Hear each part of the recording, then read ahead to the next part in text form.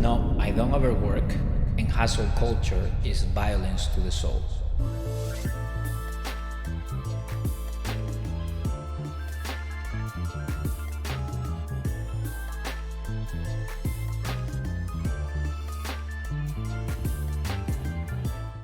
Hola a todos, hello everybody, welcome to the Philosophy in Real Life podcast, where we strive to live in the most truthful way possible while unmasking wrong interpretations of the world. I am your host, Carlos Santos Aguirre, a philosophy PhD candidate from Spain. So the idea today is that I will share with you some principles that I live by with regard to work, productivity, and things like that. So I have 5 principles that I live by regarding work, and this is how I structure my weekly routine. So first principle that I live by is that I work daily taking into account my body energy. Let me give you an example. Usually what I have every single week is one morning usually dedicated to some teaching, deep studying about theology or some teaching that I'm preparing for the church. And then the rest of the day is usually PhD writing or deep summaries. And later in the day is usually editing or secondary readings depending on the day for the PhD. So why do I structure this in that way? Well, because of the energy levels, right? So in the morning I'm more fresh, so I do my hardest work in the morning, and then I do in the afternoon or after lunch I try to do something more that requires less energy, because I know that I will be more tired or more sluggish and things like that. Now, depending on the energy, I have different protocols, okay? So for example, I have divided low energy, high energy. So if I have a low energy day and I have to still push myself, what I try to do is to have a minimum. So instead of maybe doing 3 hours of deep work, 3 hours and a half, I might do 1 hour and a half or 2 or something like that, or with more breaks. I'm a fan of stimulants, so I cycle them. I use coffee as a strategy. And so what I do the low energy days is that in the morning I have a cup of coffee, and then for the rest of the day after lunch, which in Spain we have lunch at 2 p.m. After lunch, usually by 2:33 p.m. to 6, those 3 hours, I usually have another cup of coffee. So that's kind of what I do. Now, the high energy days, the days I sleep well, then I will just have 1 cup of coffee in the morning. And then for the after lunch, if I feel I need it, I might close my eyes a little bit. Not really, and I try to avoid caffeine. I only try to have 1 cup of coffee if I'm feeling good. So I try to work in tune with my body energy. This is not always possible. Sometimes you just have to push. It sucks working hard. It feels hard, and hard many times feels like horrible. And so that happens. And what can you do? That's life. But this helps me at least to structure my week, because nobody is forcing me to do it. I have to, so to speak, self-motivate myself to edit, record, speak, prepare, write a dissertation, and things like that. So that's why I try to work according or in tune with my body energy. So the second routine or habit that I have to manage my time is that I use something called time blocking with a set hour per week. So fixed schedule productivity is deciding how many hours per week you want to work. And then time blocking is, in my opinion, complementary to this idea of fixed schedule productivity. Because once you have the 50 hours, then you have to say, okay, I have this project, I have the dissertation, I have the podcast, I have, I'm just talking about work-related stuff. And so what you do is that you time block. So what I do usually is that I devote 3 to 4 hours of deep work in things related to the PhD per day, and then I devote 3 hours, around 3-4 hours depending on the day, to podcast related things that I need to do. That's what I typically do. So it's almost 2 segments of deep work. And deep work means no distractions, no phone calls, no notifications, no social media, nothing. Silence. I realized that if I go beyond 50 hours a week, I stop being a human. I start feeling angry or empty or numb or not in touch with my emotion. I become less loving, more irritable. So I don't do that. I don't go beyond 50 hours, even though my capacity of outputting and pushing myself to limits that are unhealthy. I've done it many times, so I know I'm able to do so. But it's not sustainable for a life that goes beyond work, so to speak. It's not conducive for a fuller life. So what you do is that you work backwards. So in my case, I work 6 days a week, Monday through Friday and Sunday too, and Saturdays is my day off. So if I have some things or some invitations or some projects or something that I would like to do, but there is no more room in my 50 hours of a schedule, I have to say no. If it doesn't fit, I just say no. And if I say yes, I need to see what I'm going to stop or what I'm going to change to be able to actually make it fit within those 50 hours. I do not increase the time.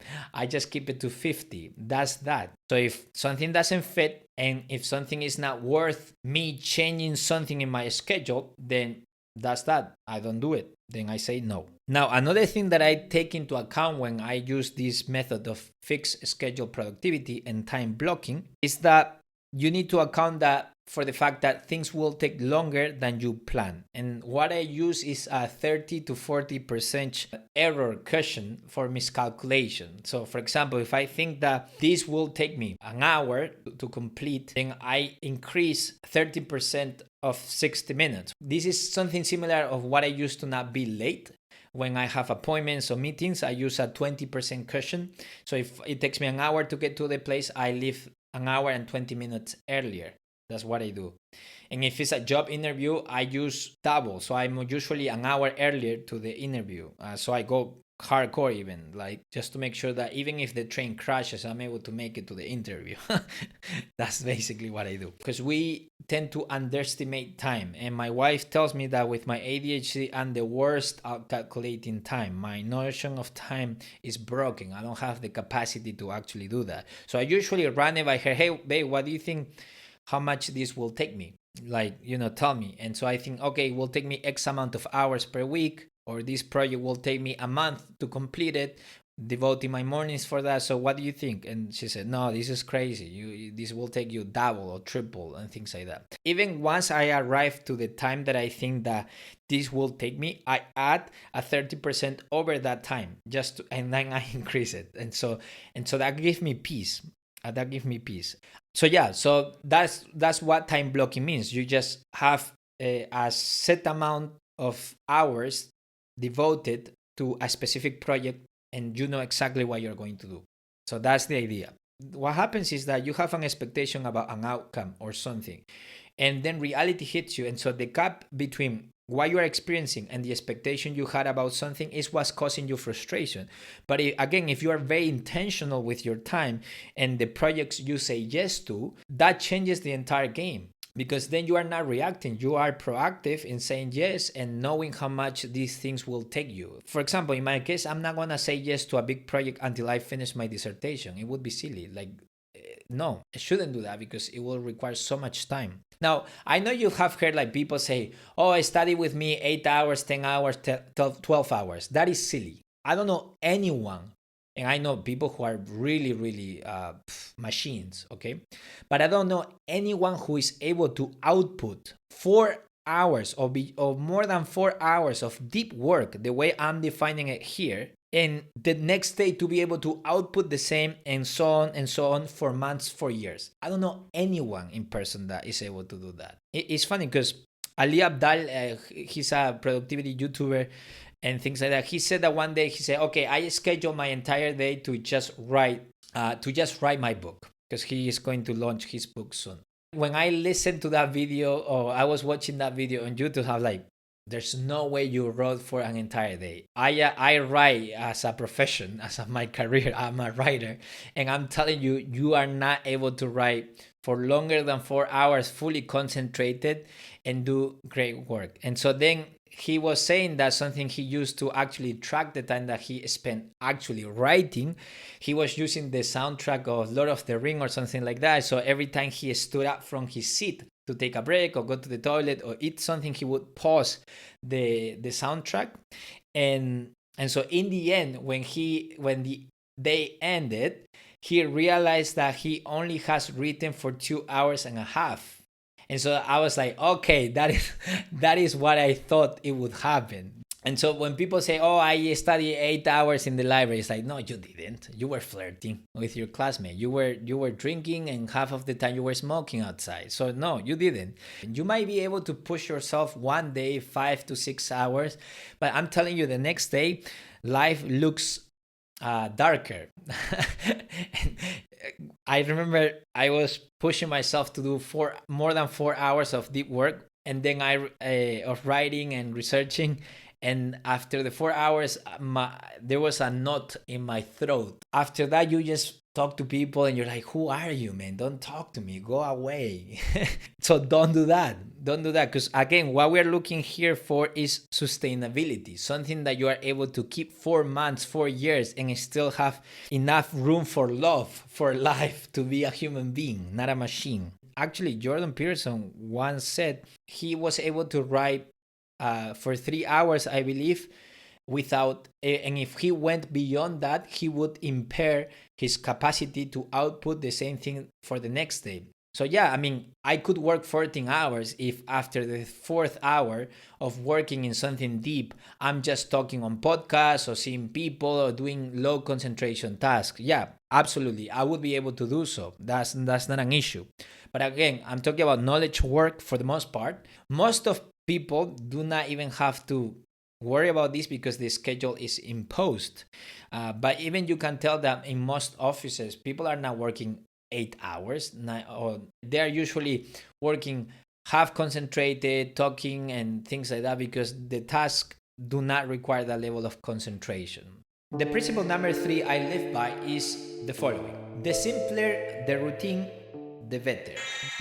The YouTube world is completely obsessed with morning routines, right? So they want you to take a cold bath, go running, do affirmations in front of the mirrors, journal, eat a healthy breakfast, or to not eat a healthy breakfast, walk an hour in the park, say thank you to everybody, and then start working. And no, that is too much in between the moment you wake up and the moment you start working. I don't think that is useful, because the simpler the routine, the better. The easier it is to execute. If something works for somebody else, don't think that you have to do it that way, or if you're lazy, no, just do what's important to you, do what works for you, and try to put as fewer obstacles as possible between the moment you get up to the moment you start working in something meaningful. The simpler it is and it achieves the objective you are looking for, the better. A lot of people confuses the procedure or the method with the objective. They think that they attach then the objective to the procedure, and they think, oh no, if you don't use that procedure or that method, you are not going to achieve the objective. That is not true. There are many procedures or methods that you can use to achieve the same objective. And yeah, and something that you realize with the third principle of the simpler the routine, the better, is that sometimes it's not so much about improving your time management system. Sometimes it's just simply that you have too much stuff, you have too many things, too many commitments, and you are trying to find a system to fix how over busy or over scheduled you are. And so the idea or the solution to this is to eliminate, apologize, and simplify, basically. Okay, and so let's move to the principle number 4 that I live by, which is to ruthlessly eliminate distractions.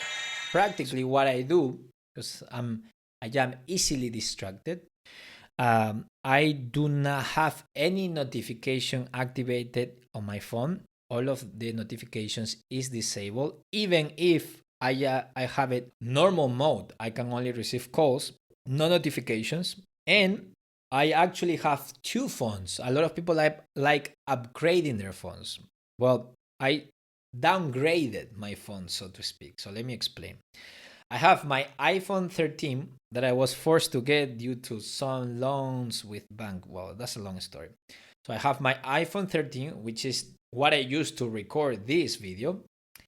And then I have a second-hand a mini iPhone 12 refurbished that I bought. So this is the phone, the mini, that I carry most of the time during the day.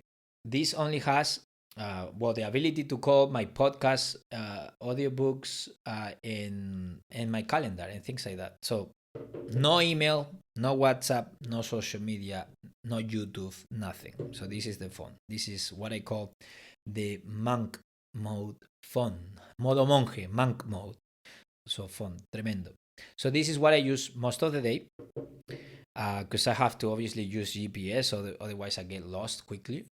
And then the other phone, I only use it when I have to post or record or during the day see post something, because there are some things that I cannot post through desktop, so I have to use sometimes the other phone.